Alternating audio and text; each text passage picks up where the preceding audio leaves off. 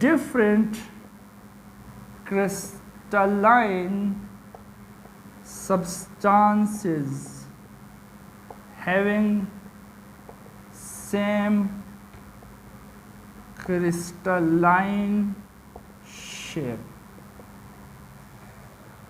Different crystalline substances है, उनका shape crystalline same है. सब्सटेंसेस डिफरेंट है, डिफरेंट क्रिस्टलाइन सब्सटेंसेस है, लेकिन उन डिफरेंट क्रिस्टलाइन सब्सटेंसेस का शेप इत्तेफाकी तौर पर सेम हो गया, सेम क्रिस्टलाइन शेप है. तो इस प्रॉपर्टी को हम आइसोमॉर्फिज्म कहेंगे, और वो जो डिफरेंट क्रिस्टलाइन सब्सटेंसेस है उन सब्सटेंसेस को हम आइसोमॉर्फ्स कहेंगे. फॉर एग्जाम्पल के तौर पर वही कंपाउंड्स दे लेते हैं जो आपके किताब के अंदर है. ठीक है, sodium fluoride and magnesium oxide, इन दोनों का शेप क्यूबिक है. क्यूबिक. सोडियम फ्लोराइड अलग एक क्रिस्टलाइन कंपाउंड है, मैग्नीशियम ऑक्साइड बिल्कुल ही अलग क्रिस्टलाइन कंपाउंड है, लेकिन शेप दोनों का सेम ही है, क्यूबिक.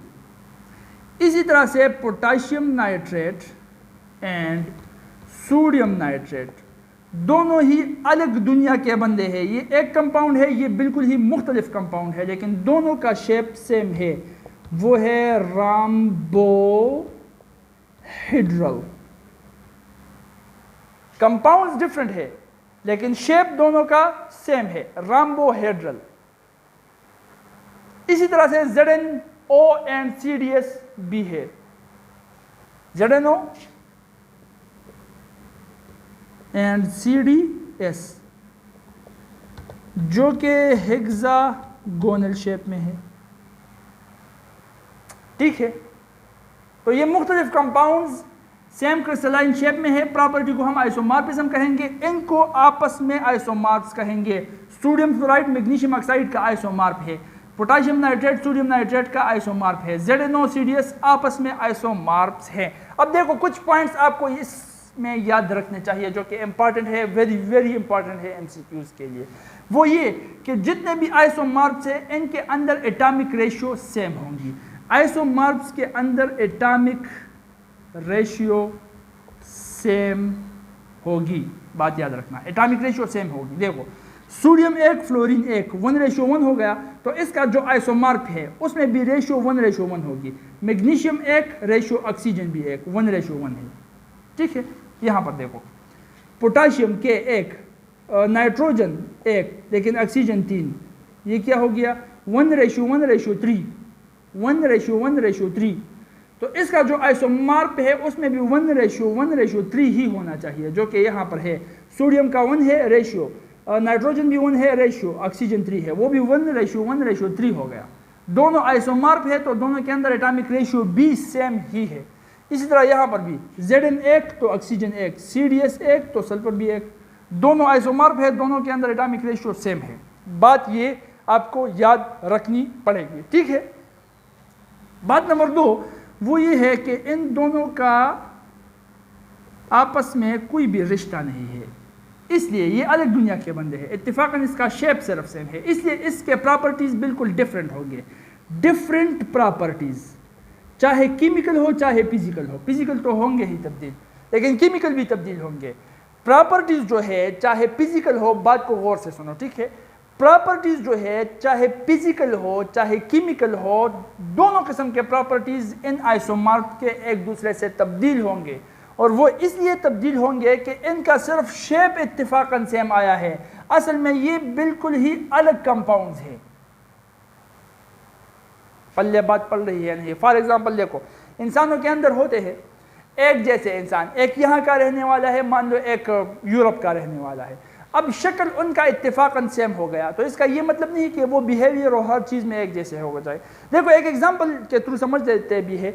अभी एक इंटरव्यू या तो डेली पाकिस्तान चैनल पर हुई थी या उर्दू पॉइंट तक कोई चैनल था, उस पर एक इंटरव्यू हुई थी और बहुत वायरल वो वीडियो हो गई थी, जिसमें एक शख्स जो था, एक बंदा जो था, जो कुल्फ़ी बेच रहा था, लेकिन पाकिस्तान में रह रहा था. ठीक है, कुल्फ़ी बेचने वाला था, पाकिस्तान में था, लेकिन उसका शक्ल जो था, उसका शेप वो बिल्कुल ऐसे था जैसे डोनाल्ड ट्रंप था.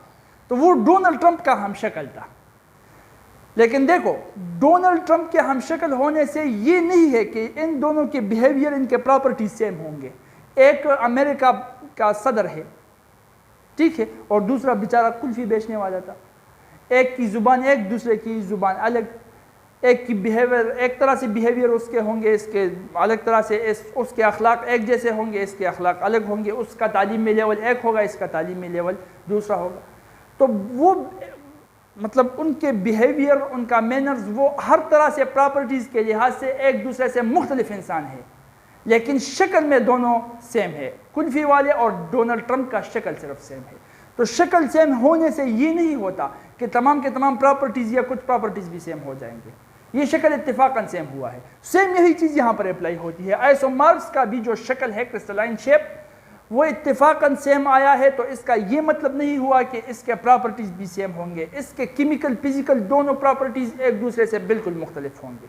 बात समझ में आ रही है? ये दोनों पॉइंट्स याद रखना। एटॉमिक रेशियो आइसोमॉर्फ्स के अंदर सेम होगी, प्रॉपर्टीज़ एक दूसरे से बिल्कुल डिफरेंट होंगे। अच्छा, इसके बाद है फिर polymorphism.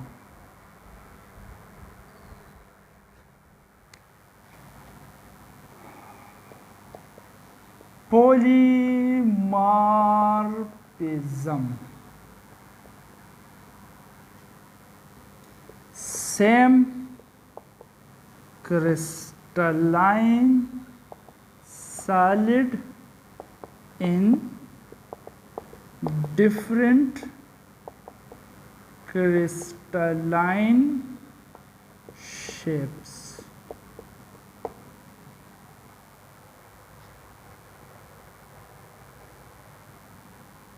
Same crystalline solid in different crystalline shape. Isomorphism का उल्टा हो गया। आइसोमॉर्फिज्म में different crystalline solid same crystalline shape में थे।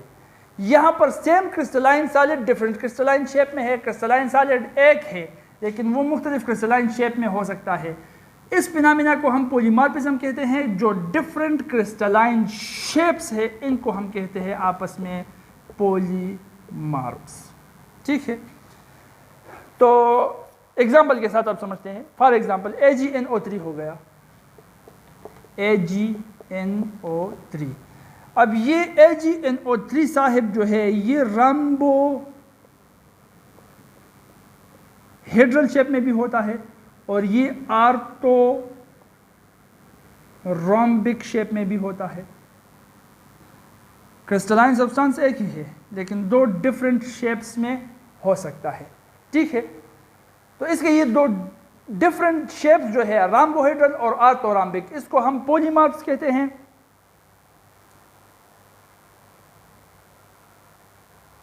इसी तरह से कैल्शियम क्लोराइड हो गया, calcium carbonate, sorry calcium carbonate, ये भी बंदा जो है एक कौन से शेप में हो सकता है यार? Yes, trigonal